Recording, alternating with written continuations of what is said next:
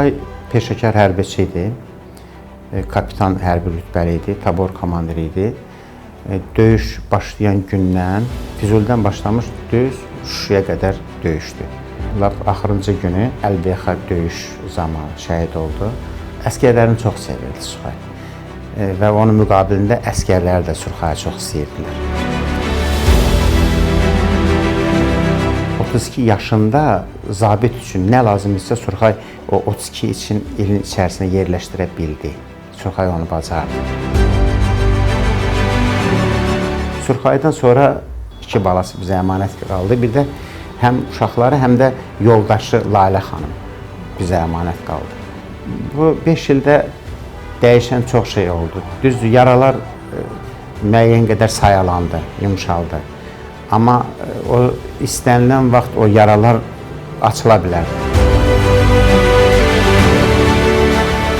Dövlətin nəzarəti, dövlətin qayğısı şəhid ailələrinin üzərindədir. Surxayın ailəsi evlə təmin olunubdur. O, Vətən müharibəsi qəhrəmanı olduğuna görə Surxay onlara böyük müavinət verirlər. Mən də daxildən, mənim özümdə də bir rahatçılıq olur ki, şükürlər olsun ki, Surxayın zəhməti yerdə qalmadı. Şükürlər olsun ki, Surxayın qan tökülən yerlərə özümüz nəzarət edirik. Və bunlar qürur vericidir. Eynindən də əlbəttə Vətən müharibəsi qəhrəmanının atası olmaq da onun özü də bir qürurdur da, o da var.